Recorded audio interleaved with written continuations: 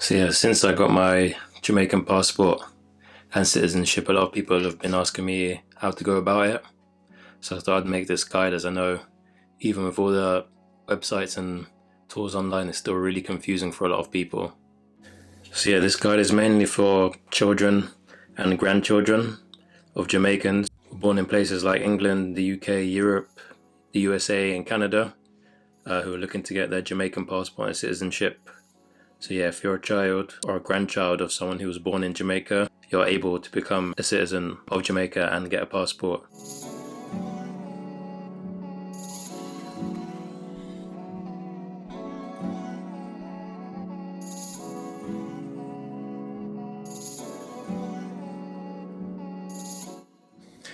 So yeah, why I did it. Firstly, I wanted to spend more time in Jamaica and just reconnect. I used to go a lot when I was a kid, but it was about 10 years before I went back again. And I really wanted the ability to spend more than 90 days there, which is a long time, of course, but for me it was kind of important to be able to spend as much time there as possible. I wanted to be able to travel without a return ticket, which is quite important if you're trying to budget and trying to book budget flights. Then there was other things as well, like banking, phone bills, medical care. A lot of that becomes easier when you're a citizen of Jamaica. I had a bunch of ideas and I potentially wanted to start a business in Jamaica, and that's a lot easier if you're a citizen there, of course, than if you're on a tourist visa. You can vote, which is always important to stay aware of all the issues that are going on in the country. And lastly, traveling in Africa, which is something that I've tried to make a real focus for the next few years. And places like Ghana with their year of the return have made it so you don't need a visa if you have a Jamaican passport, which is super handy. So yeah, when I went to Ghana, the airport process was one of the fastest customs I've ever had in my life. They saw the Jamaica passport and they just said, welcome home. And they just ushered me right through. Probably took about 15 minutes from when I was on the plane to get through customs and get out to the other side. And I've never really experienced that before. Other places as well, like Nigeria, the visas for a Jamaican citizen are a lot cheaper than for a UK citizen. In the same way, it's a lot better to arrive in Jamaica with a passport and go through that queue than it is with the customs queue. And there's many other benefits and advantages that they list on the official website that include social benefits and access to government programs, reduced university fees, and a bunch more that you can read there, and I'll put the link there.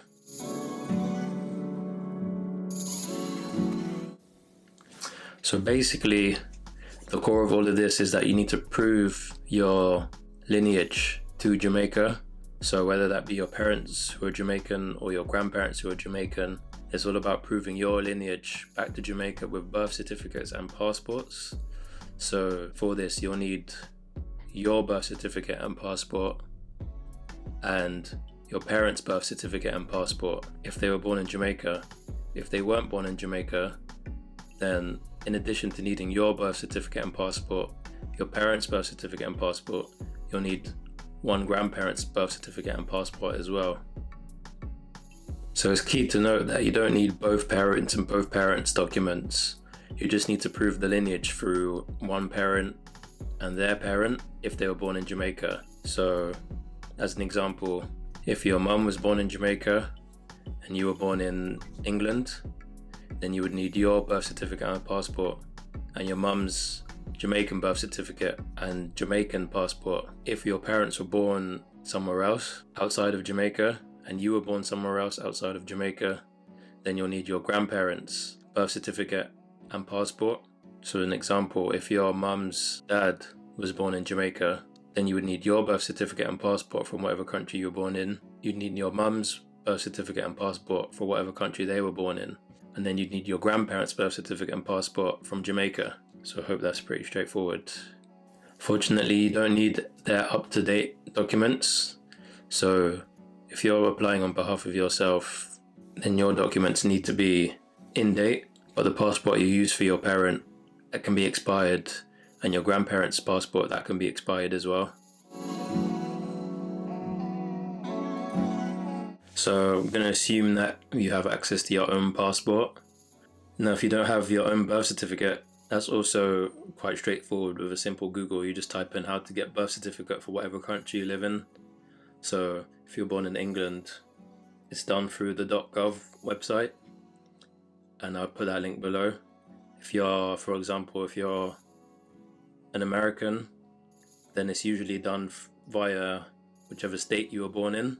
You just apply for a copy of your birth certificate via whichever state you were born in.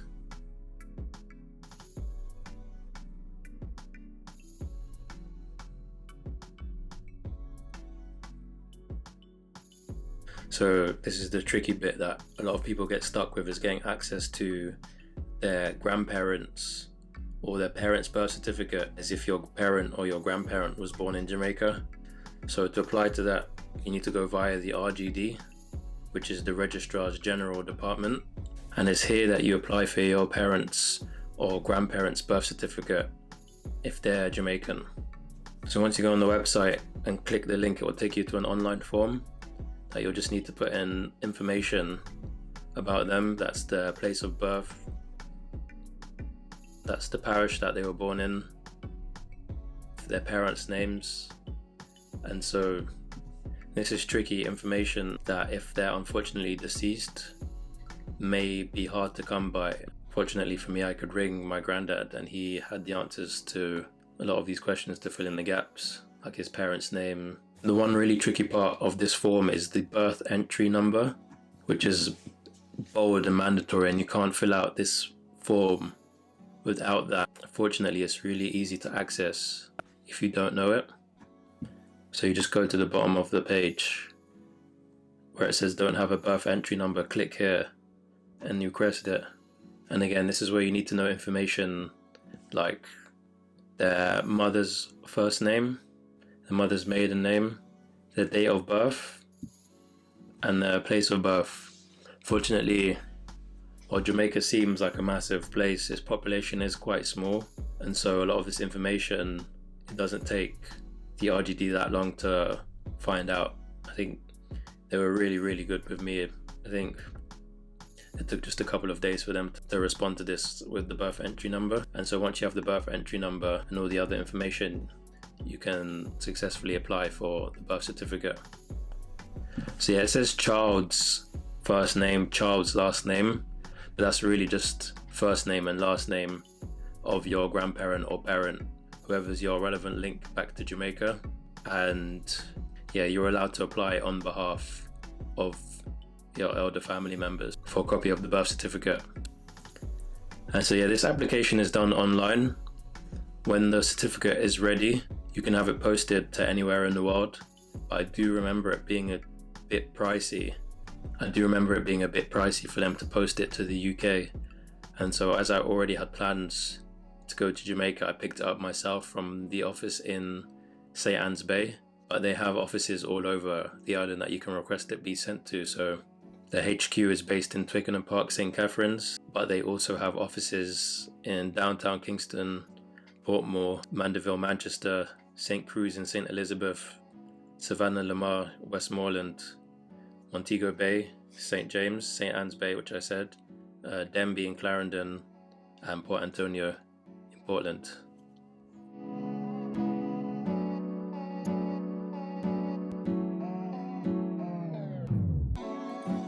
So another common question after that is, what happens if your Jamaican parent or your Jamaican grandparent is deceased?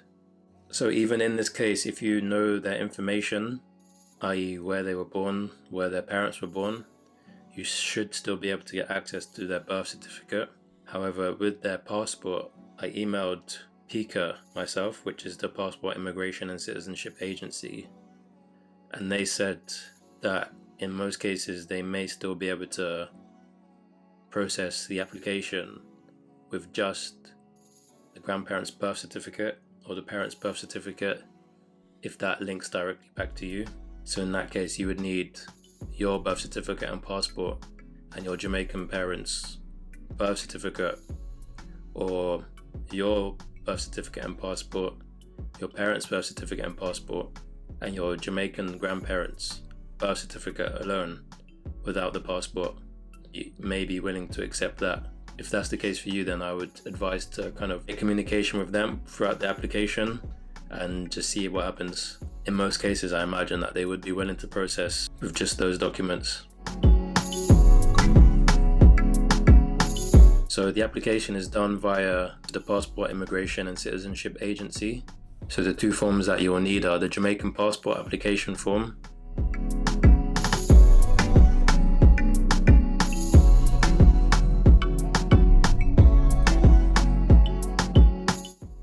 and the Citizenship by Descent form, and they are both online.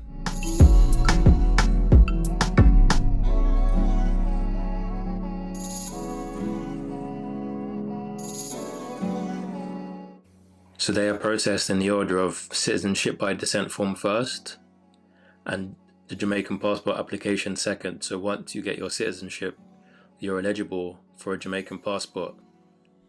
Fortunately, they usually process both of these applications at the same time. So I would highly recommend doing both application forms at the same time. You can book an appointment with your local embassy or high commission. So ours is in West London and Birmingham. And I imagine there's a few in America and a few in Canada. That you book an appointment, you fill out the forms, you bring the documents that are listed, and they kind of look it over to check that everything is good. And you pay, of course. You have 2 passport images, and once they've gone through and checked that you've filled out the forms correctly and you have all the relevant documents, they'll take your contacts and you can choose how you want to accept the passport and certificate. Either they can post it to you at your house or your place of work, or you can go and collect it yourself.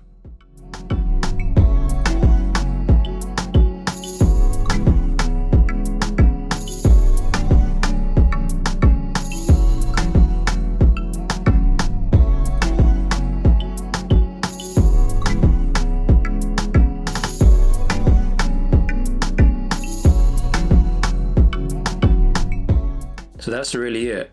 It seems really hard at first when you're looking at everything you need, but once you get to the core of the documents you need and how to get those documents, as soon as you have all those things in place, the application itself is super straightforward.